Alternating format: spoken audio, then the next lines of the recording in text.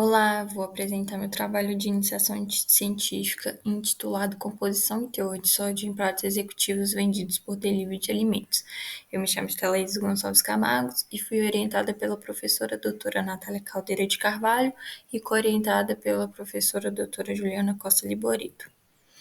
A alimentação ela desempenha um papel crucial na saúde, prevenindo doenças e garantindo o funcionamento adequado do corpo. E o sódio, apesar de ser essencial para o equilíbrio osmótico e condução nervosa, o seu consumo excessivo ele pode ser associado à hipertensão, doenças cardiovasculares e também renais. A OMS ela recomenda uma ingestão então, diária inferior a 2 gramas de sódio, porém no Brasil o consumo médio é mais que o dobro, evidenciando a necessidade de ações para reduzir esse excesso, especialmente em refeições fora de casa.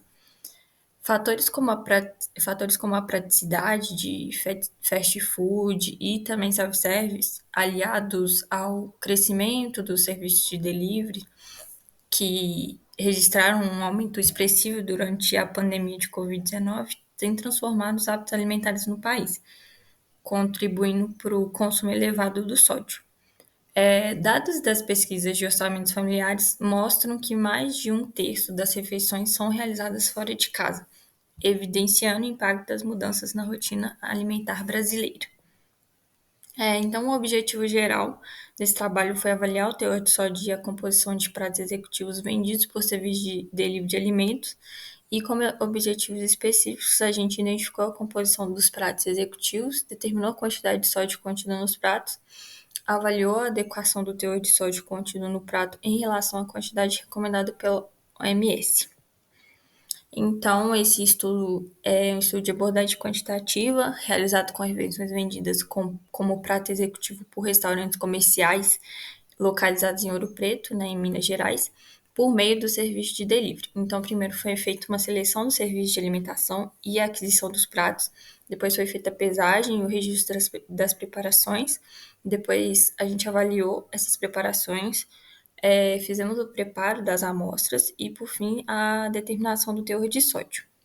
Então, primeiro a gente tinha 168 restaurantes, né, serviços de alimentação que foram identificados pela lista da Vigilância Sanitária e também pelo aplicativo de delivery da cidade de Ouro Preto. Os elegíveis foram 30, porque eles forneciam refeições prontas e também realizavam delivery. E os inelegíveis foram 138, porque ou eram localizados fora de Ouro Preto, ou não forneciam refeições prontas e também delivery. Então, restaram 30 estabelecimentos, 30 serviços de alimentação. Após a seleção e aquisição dos pratos, fizemos a avaliação da composição qualitativa. Então, preparamos em prato base, prato principal, guarnição e salada. E essa figura ela mostra a frequência dos tipos de preparações de cada categoria. E dentre os pratos avaliados no prato base, 93% incluíam arroz e 91% feijão. O arroz branco ele foi a única variedade encontrada e a variedade de feijão mais usada foi o carioca, né, que estava presente em 84% dos pratos, preparado na grande maioria com 77% com caldo. No prato principal, o filé de frango grelhado foi o prato principal mais presente nas refeições analisadas, com 47%. Além do filé grelhado, a carne de frango foi encontrada em preparações como estrogonofe, a milanesa, preparado com quiabo e lasanha. Além do frango, foram identificados pratos principais à base de carne, suína e bovina, sendo o bicho bovino acebolado o segundo tipo de preparação mais comum nas refeições, com 13%, e foi identificado o ovo frito em 10% das refeições, acompanhando outros pratos principais à base de carne. O peixe ele foi identificado em apenas uma refeição, com 3%, e dentre as amostras coletadas e analisadas, nenhuma delas apresentava um prato principal vegetariano. A maioria das refeições oferecia como guarnição uma preparação à base de batata, sendo 76%. A batata frita ela foi a mais utilizada com 63%, depois a batata rústica, a batata palha e, por fim, o purê de batata. Além da batata, foram identificados pratos com macarrão ao molho ou alho e óleo, com 23%, e a farofa com 17%.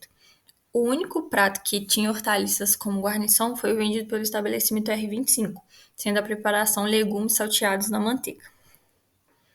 Dentre as opções de saladas, as hortaliças mais encontradas foram a alface, com 53%, o tomate, com 33% e a cenoura, com 23%.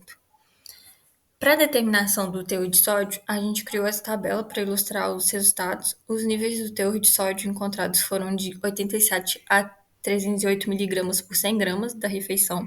E o menor teor de sódio foi do estabelecimento R7, né, com 87 miligramas, e o maior teor foi o do estabelecimento R27, com 308 miligramas. Nessa figura está apresentado o percentual de sódio contido nas refeições analisadas em relação à recomendação, que foi considerada como 40% da recomendação diária de um indivíduo, que equivale a cerca de 800 miligramas de sódio por refeição. Apenas 5 dos pratos avaliados, representando 16,7% da quantidade total, que foram os estabelecimentos R22, R24, R12, R28 e R7, apresentaram teor de sódio dentro da quantidade recomendada. As refeições R4, R19, R26 e R27 ofereciam mais de 80% do valor diário de sódio recomendado, ou seja, bem mais que 800 miligramas, o que corresponde a mais que o dobro da quantidade considerada para uma única refeição. Então, com base nos resultados do estudo, podemos concluir que há um excesso de sódio nas refeições executivas analisadas, o que representa um risco significativo para o desenvolvimento de doenças crônicas, como a hipertensão, e além disso, observamos uma limitação na diversidade alimentar oferecida, com uma predominância de pratos compostos por ingredientes repetitivos e ultraprocessados. As grandes variações nos teores de sódio entre as refeições analisadas indicam a falta de padronização no preparo. Portanto, é evidente a necessidade de uma reformulação nas preparações oferecidas pelos estabelecimentos de delivery, com o objetivo de reduzir o teor de sódio e oferecer opções mais saudáveis e diversificadas. Por fim, agradeço à Universidade Federal de Ouro Preto e à Pró-Reitoria de Pesquisa, Pós-Graduação e Inovação, que foram responsáveis pelo meu suporte financeiro com bolsas para a iniciação científica.